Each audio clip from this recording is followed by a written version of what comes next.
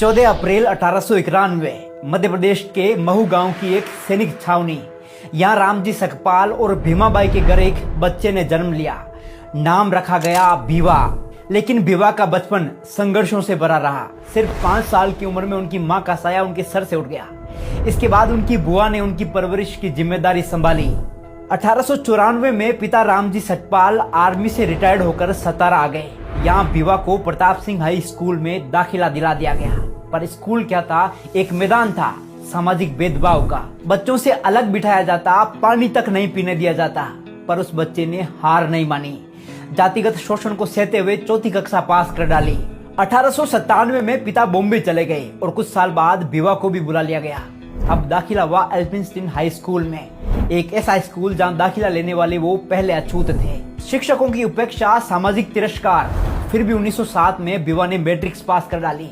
इसी दौरान 1906 में विवाह हुआ रमाबाई से। और फिर 1912 में बॉम्बे यूनिवर्सिटी से इकोनॉमिक्स और पॉलिटिकल साइंस में बीए किया, वो भी टॉप रैंक से। ये उपलब्धि देखकर बड़ौदा के महाराजा सयाजीराव गायकवाड़ स्तब्ध रह गए। वो इतने प्रभावित हुए कि 1913 में बाबा साहिब को एक शर्त पर न्यूयॉर्क के कोलंबिया यूनिवर्सिटी में एमए और पीएचडी करने भेज दिया गया। शर्त यह थी कि पढ़ाई पूरी करने के बाद वे वापस लौटकर बड़ौदा राज्य की सेवा करेंगे। और उन्होंने की भी। वो सिर्फ 3 साल में एमए और पीएचडी की डिग्रियां लेकर भारत लौटे। अब वो सिर्फ भीमराव नहीं थे, डॉक्टर भीमराव अंबेडकर बन चुके थे। महाराजा से किए वादे के अनुसार नौकरी की, पर भेदभाव पीछा नहीं छोड़ रहा था।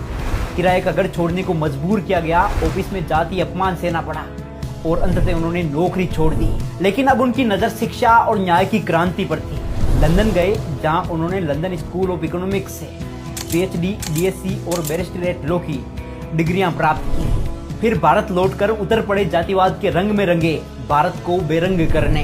बाबा साहिब ने महिलाओं, दलितों, आदिवासियों और पिछड़े वर्गों के अधिकारों के लिए संघर्ष की मशाल जलाई। वो आवाज बन गए आशा और अधिकार की। धीरे धीरे उन्हें हर कोई जानने लगा था। अब वो बाबा साहिब डॉक्टर भीमराव अंबेडकर बन चुके थे, एक नाम जो सामाजिक न्याय का प्रतीक बन चुका था।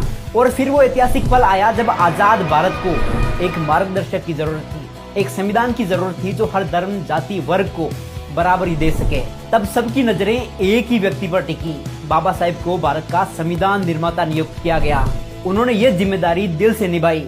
देश के हर नागरिक को ध्यान में रखते हुए सिर्फ 2 साल 11 महीने में रच डाला दुनिया का सबसे बड़ा और सर्वश्रेष्ठ संविधान। आज वो सिर्फ इतिहास का हिस्सा नहीं है, वो प्रेरणा है, विचार है, क्रांति की आवाज है। ऐसी महान शख्सियत, champion of social justice, Bharat Ratna Baba Sahib doctor Ambedkar को शत शत नमन। जय भीम।